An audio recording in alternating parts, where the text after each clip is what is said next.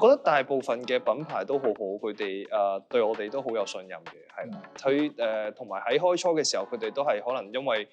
睇到我哋嘅 style 好 match 佢哋個 brand，咁所以就放手去同我哋做一啲 collaborations 咁樣。喺 content wise， 可能有時啦會有少少嘅 specific message 佢哋想帶出去嘅，但係大部分嘅時間其實佢哋都好放鬆，係啊你中意點影就點影，我信得過你哋。但係當然都會有一啲品牌可能有啲 guideline 係想你要去跟佢哋嗰個風格啊，都有少少 direction 俾我哋嘅。咁嗰啲都係間唔中嘅事，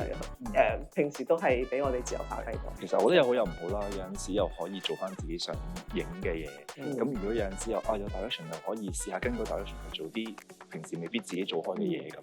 做 blogger 嘅時候，真係會分享真係好多關於自己個人嘅我哋嘅自己買翻嚟去點樣配搭啊，真係多啲個人嘅個性風格多啲。你話而家我覺得最大嘅演變就係啲品牌都好多時會同我哋 fashion influencer 去合作，品牌可能已經係 total look 啦，咁就已經相對地喺風格上可能冇咗咁多自己嘅元素喺裏邊咯。個媒體變化緊啦，係啊，咁樣可能你好用心去做一張相嘅時候，其實可能睇完就算，反而 stay 喺 reels 或者 video content 上面嘅時間會比以前多啲咯，係啦，咁 not only apply to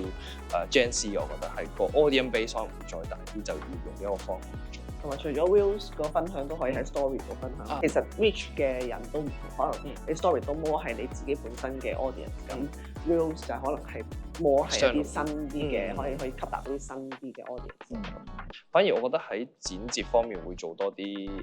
心機。其實你除咗影之外咧，有時剪接都幾好玩嘅，係啦，再加啲 effect 啊佢咁喺嗰方面做完出嚟，其實個效果好好嘅話咧，其實我自己都好心滿意足㗎啦已經。